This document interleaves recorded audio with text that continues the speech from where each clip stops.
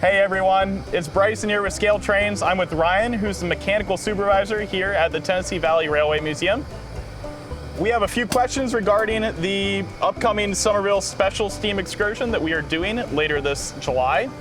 So Ryan, what does it mean to you to see 4501 here in the classic passenger green scheme? It's exciting to see it come back as that.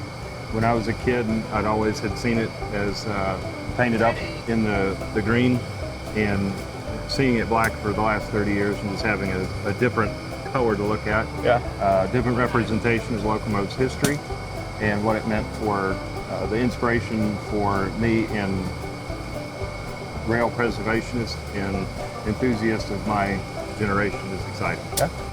What does it take to bring a project like this, painting a whole locomotive, to fruition?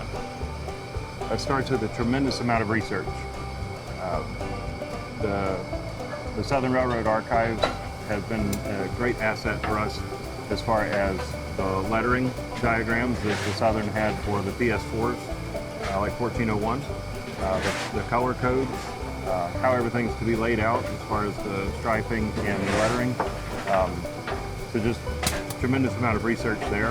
Then once we get everything figured out there, it's weeks of preparation as far as cleaning the locomotive, sanding, masking, any kind of paint project's 90% prep, and then 10% do. Yeah. And we're fortunate that we have who we have here to do that. Yeah. So you already mentioned it a little bit. What kind of research went into finding the color codes or the stripe, the PLDs when it comes to this locomotive? So again, the Southern Railroad Archives, they already had all that stuff from the PS4s. So they had the color, which was sylvan green.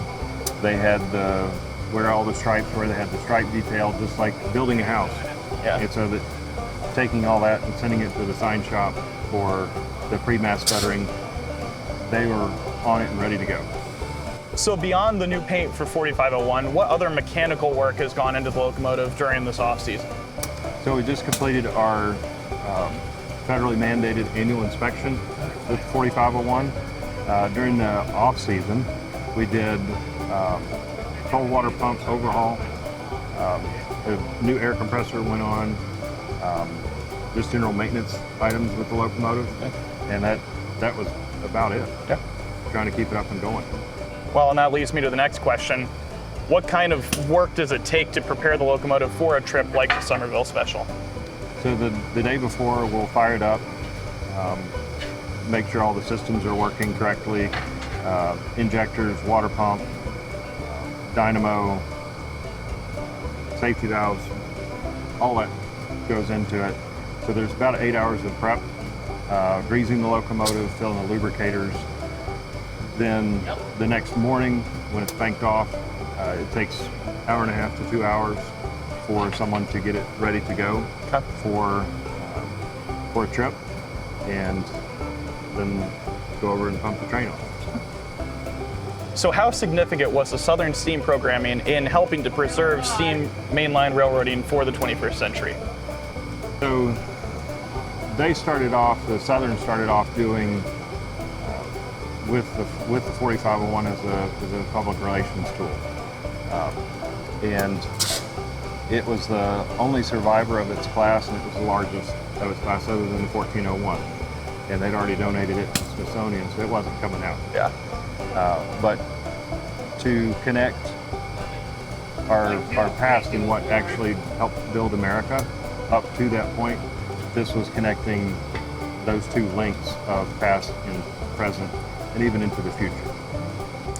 For younger rail fans who may not know the history of 4501, why is this locomotive so significant?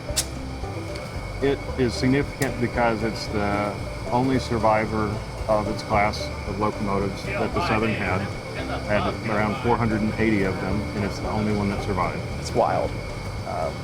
It is the largest example of Southern Railroad steam technology that is in existence other than the other smaller 280s like 630, 722, and the 154.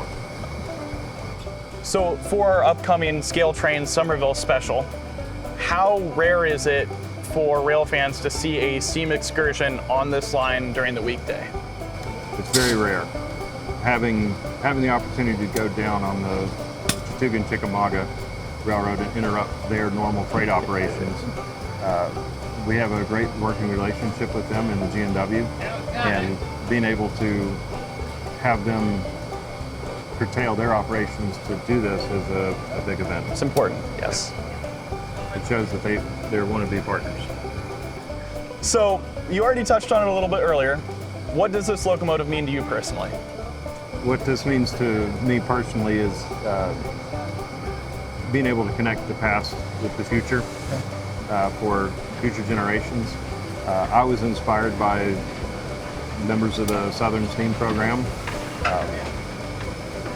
Doug Carhan, Bob Saxton, George Walker, Paul Brock, just to name a few, that when I was a young boy, was able to take me aside and show me around with my dad, who was vice president of the museum. Okay. And that's how I got my start, was just walking around with him.